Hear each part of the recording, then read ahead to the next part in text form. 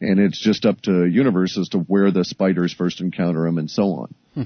And so in your view here, to kind of summarize, I guess, what we talked about so far, in your view, is this a way to actually predict the future accurately?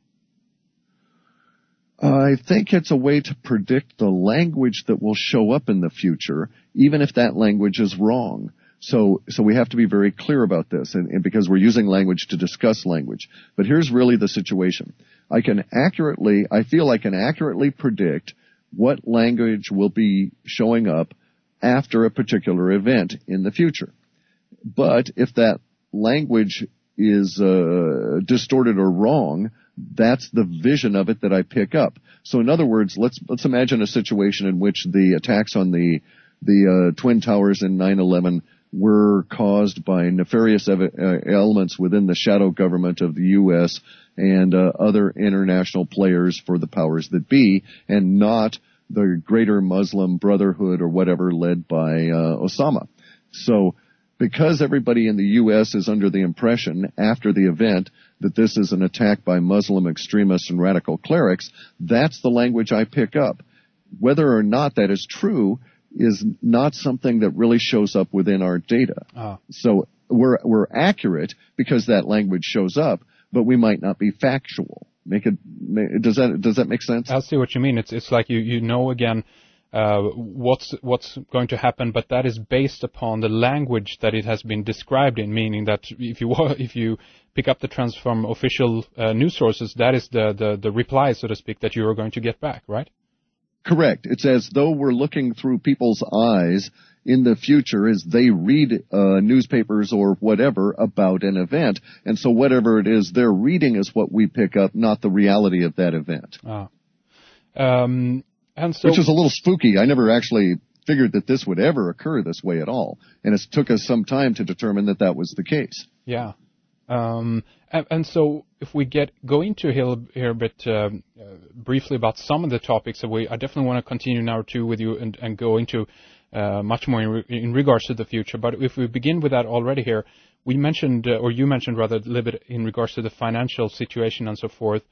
Generally, is there something that you can mention to us about this? Where are we heading, and where do you see the outcome of all of this will become, and how long into the future here are you able to see? Do you see that as a big impact, meaning that it will be a big emotional impact because of the events in the future in terms of the financial situation?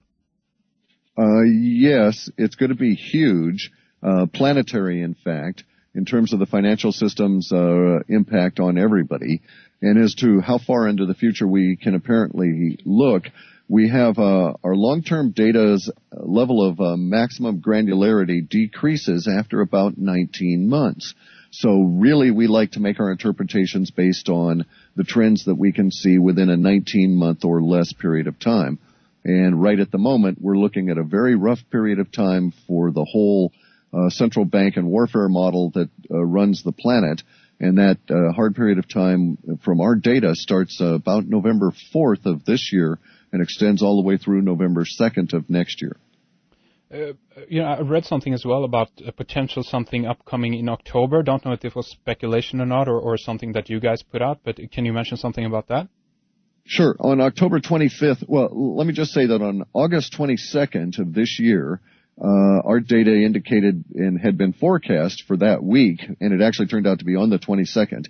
But we went into a period, I say we, the planet, went into a period of what we call release language, where the language is more about releasing emotion than about building tension emotion. The way I like to characterize it is that building tension is when you come across an accident or something horrific and all the muscles in your body tense up and you have that indrawn breath and your stomach muscles tense. And that's a building tension emotion. The release is just the opposite of that. It's where you're angry and you just start yelling. So you're releasing the emotion. So we're in a release period of time that started on August 22nd and will continue until the 25th of October. And it'll take a very, very sharp turn at that point and go into building tension that will last about 10 to 10 and a half days. And we think that the majority of that may indeed be involved with the financial system, but we cannot rule out that there's a potential international chaos around the warfare component either. In regards to when you look at the data, do you also personally follow the news around the story to confirm or not? And if so, is it difficult to keep your own opinion, so to speak, out of it? Yes, on both of those. Yes, I look at real-world potential in order to figure out a probability, because what we're doing is forecasting trends, not simply speculating off of emotional linguistics. And yes, indeed, it's very difficult to keep my own opinion out of it, and therefore there's a whole lot of subjects I just prefer not to go into, because I know that my personal opinion would cloud my ability to make any kind of a rational interpretation from the data. And again, in terms of this period that we are entering, a release, does that mean that something the tension then that has been building during this time is going to be released? Does that necessarily mean bad times ahead, or could it actually mean good times ahead? It could mean good. In our experience, that has not been the case in the recent years. But release tension is neither good or bad. It's just the release of emotion. So, for instance, imagine a situation where we're in release tension now. Everybody's basically releasing their tension in the mainstream media about all of the financial system in a gradual sort of a sense. It doesn't appear too chaotic right at the moment. But say that it accelerated and we got to a point where in October, on October 25th, we had a Cuban Missile Crisis kind of an event. That is to say, what if we had a showdown over the period of from the 25th until of the October to the 4th of November between a nuclear-armed and ready-to-attack Israel going against Iran, and maybe for some reason Russia or China decided to join them, and so Israel hesitated, and we had 10 days of tension. Well, if the tension broke and everybody stepped back and there was no war, then yes, we could have all that release in language be in a sense about a big, oh boy, we sure missed having a problem there, we're all relieved about it, and so on. On the other hand, that release language could just as easily go towards the horror everybody expresses as the war actually occurs. And we cannot tell the difference from our viewpoint now. And speaking of Iran, that this is something that is being ramped up now again in the media. Allegedly, they found another site where they are extracting for, Western sources say that it's for potential nuclear weapons and so forth. The Iranians themselves say that this is only for purposes of nuclear power plants and so forth. Do you see Iran on the horizon here as well? This has been, ongoing now since, 2004 almost, back and forth all the time with Iran here. But do you see that will play out in any way? We have a theme within our data, a trend line, that we've had since, I want to say, probably 2002, maybe even early 2001, that we've called the Israeli mistake. And it appears as though that if the Israelis actually go against Iran, and that appears to be within the cards, within the data stream right now, I would have to say the probability is, as these things go, pretty certain between now and the end of the year, that Israel will make a decision, or will be faced with making a decision on a particular day to attack or not.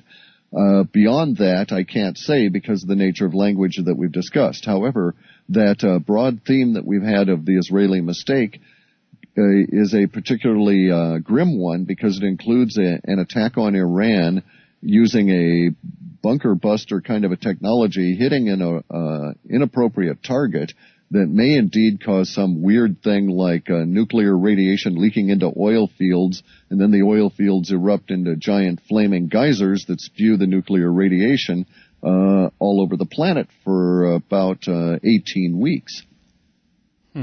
Well, that is very, very interesting. Clif, why don't we do like this then? We'll round things up here for the first hour and then continue after a little break talking more. But before we do that, please let us know how we can find out more information about the WebBot, what you guys are doing, you and George, and how, again, we can get access to the reports that you are producing. You can go to halfpasthuman.com to purchase the reports. There's just a little link there, allows you to use PayPal or send us a check, and we'll send it to you electronically. If you want to read about the history of what we've done and see some of the past reports that have been posted on George's site, you can go to urbansurvival.com. go to his main page and scroll down about 2/3 of the way, and he has a number of links, including a simple explanation of how they work, how the technology works, as well as the previous postings that we've kept on his site as kind of a historical record. There you go. So basically, urbansurvivor.com and halfpasthuman.com. Thank you very much for this first hour, Clif. Stay with us, and we'll be right back.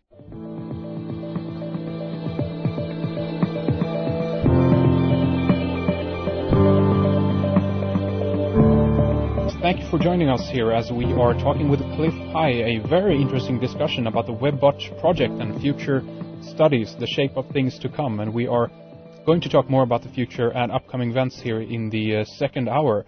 The implications of this, again, are incredibly interesting. If it is indeed a way to look into future events, or at least have the opportunity to interpret the data about the future, or the language about the future. And Clif, although you guys are using advanced technologies, scripts and spiders and so forth, it's still up to the human being and the human mind to tap into the future. And you mentioned in the first hour that you think the human mind basically is an antenna. And in terms of human psychic ability, is this something that you've always held, or have you come to realize this along the way as you were working with the WebBot? I have held the idea pretty much all of my life that the world is not as has been told to us by our schooling, and it's been reinforced by the work we've done here. So, for instance, it's my particular view that atoms and molecules and such things are merely illusionary, and they don't really exist, and that we're, in fact, energetic beings that are the collision, in a very elegant way, of bazillions and bazillions of other energetic patterns. And an interesting way to look at it is to think of an empty universe, a single sound, the sound reverberating off the inside, if there could be such a thing, of this empty universe, and colliding with itself over and over and over again ad infinitum. And we're actually these little nexuses of this energetic flux, if you will. And it's happening so fast that our 30 frames per minute minds are convinced that everything is solid. And in fact, nothing around us that appears to be solid is truly solid, as we are meant to understand that concept. And this is pertinent because if we are in fact energetic beings that are simply the collision of all of these other energies at this particular level, then it makes a whole lot more sense that we can pick up energy from the future that's about to express. Whereas if we're composed of atoms that are, little rocks whizzing around in space and are a hard, finite thing that actually exists and persists, then it becomes a little bit more difficult to conceive of the idea of picking up energetic waves. One thing that occurred to me in regards to talking about, paradoxes in terms of future and so forth, let's say that this thing becomes really, really big. A lot of people catch on. They start watching you for trends and start spreading that information about the web.